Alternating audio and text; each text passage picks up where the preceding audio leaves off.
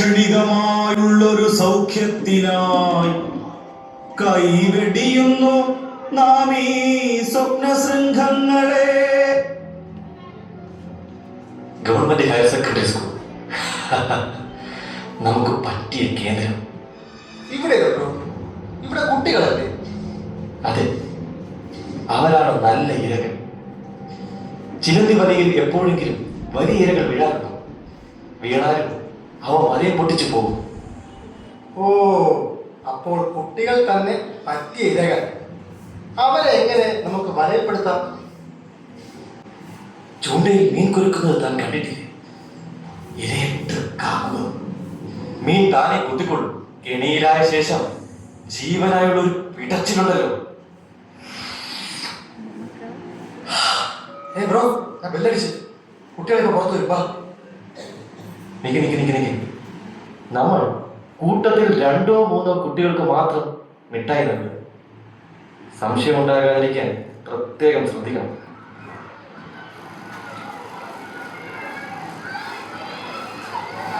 എന്റെ അറിയ അവിടെ ഒരു സൂപ്പർ ബൈക്ക് ഇരിക്കുന്നുണ്ടോ? ചിലപ്പോൾ ആ ചേട്ടന്മാരതായിരിക്കും. നമുക്ക് ചോദിച്ചു നോക്കാം. ബ്രോ, അവരെത്തി.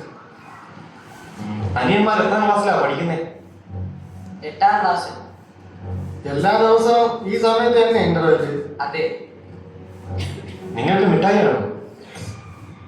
വേണ്ട, ആരുടെയും കയ്യിൽ നിന്നും ഒന്നും വാങ്ങി കഴിക്കില്ലെന്ന് രമേശൻ മാഷി പറഞ്ഞിട്ടുണ്ട്. വേണ്ട, രമേശൻ മാഷ് പറഞ്ഞ സീനാവേ. വാങ്ങി കഴിയടേ, സാറൊന്നും അറിയാൻ പോണില്ല. എന്നാ പിടി. എന്നാ വാങ്ങ്.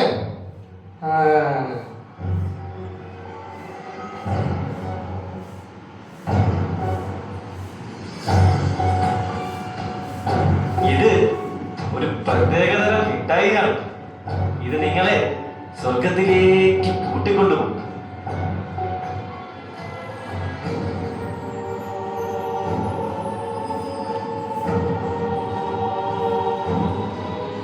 ചേട്ടാ, ഒരു മിഠായിയോടെ തരാമോ?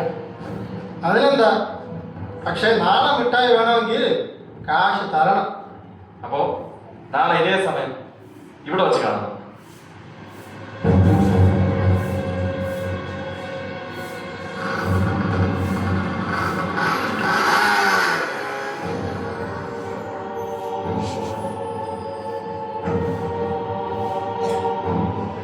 എടാ, വല്ലാത്തൊരു സുഖം. നിനക്ക് തരാമെന്നുണ്ടോ?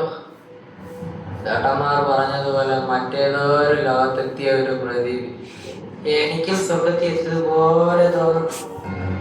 അവരെ കാണാറില്ല ബ്രോ. വരും, വരാതിരിക്കില്ല. അമ്മ അതിന്റെ സാധനമല്ലേ നമ്മൾ കൊടുത്തിരിക്കുന്നത്.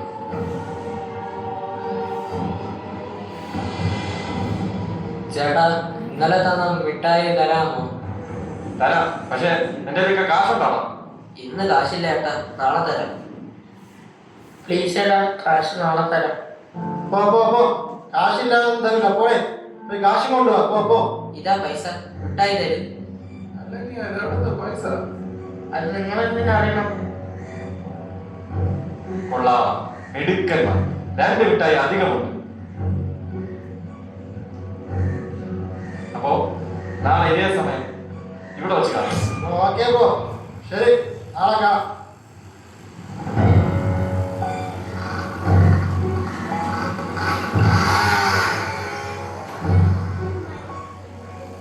ഓ, എന്താ ഒരു സുഖം. ഇന്ന് സ്മിതയുടെ ബാഗിൽ നിന്നാണ് ഞാൻ കാശ് ഒപ്പിച്ചത്. നാളെ നിങ്ങളെ പൈസ ഒപ്പിക്കും. ഇനി മിഠായില്ലാതെ പറ്റില്ല. എന്താ ഒരു സ്വാദ്, എന്താ ഒരു സുഖം. നാളെയും എങ്ങനെയും ക്യാഷ് ഒപ്പിക്കണം.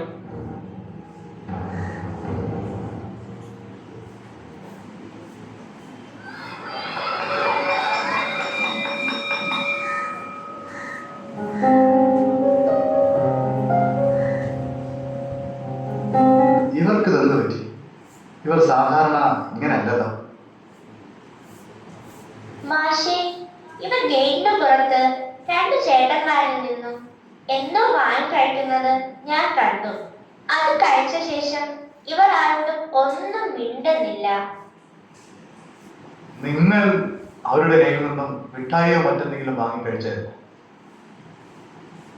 അതെ കഴിച്ചു മാഷെ. നിങ്ങൾക്ക് മിഠായി വാങ്ങാനുള്ള കാശ് എവിടെ നിന്ന് കിട്ടി? ഞാൻ ചോദിച്ചത് കേട്ടില്ലേ? നിങ്ങൾക്ക് കാശ് എവിടെ നിന്ന് കിട്ടി?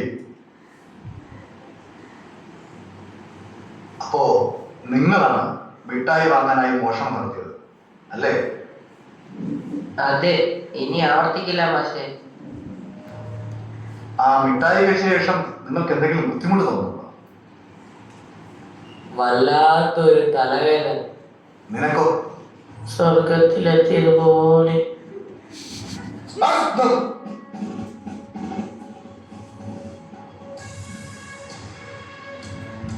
അന്ധവിശ്വാസങ്ങൾക്കും അനാചാരങ്ങൾക്കും വർഗീയതയ്ക്കുമെതിരെ പോരാടിയ പാരമ്പര്യമുള്ള നമ്മുടെ കൊച്ചു കേരളം ദൈവത്തിന്റെ സ്വന്തം നാട് ഇപ്പോ ലഹരിയുടെ കൈകളിൽ അമരുകയാണ്. എത്രയെത്ര ജീവിതങ്ങളാണ് ഈ ലഹരി കവർന്നെടുത്തത്. പ്രിയപ്പെട്ട രമേശൻ സാർ, കുട്ടികളെ, നിങ്ങൾ ഈ നാടിന്റെ അഭിമാനമാണ്, മാതൃകയാണ്. ഇതൊരു പാഠമാണ്. കുട്ടികൾക്ക് മാത്രമല്ല, സ്വന്തം മക്കളെ കണ്ണടച്ച് വിശ്വസിക്കുന്ന രക്ഷിതാക്കൾക്കും സ്കൂളിന് പുറത്തേക്ക് കണ്ടെത്താത്ത അധ്യാപകർക്കും ഇതൊരു പാഠമാണ്. ലഹരിക്കെതിരായ പോരാട്ടത്തിൽ സംസ്ഥാന സർക്കാരിനൊപ്പം നമുക്കും യോദ്ധാക്കളാകാം. ലഹരി കവർന്നൊരാ ഓജസ്സും ബുദ്ധിയും മനനം ചെയ്തു നീ വീണ്ടെടുക്ക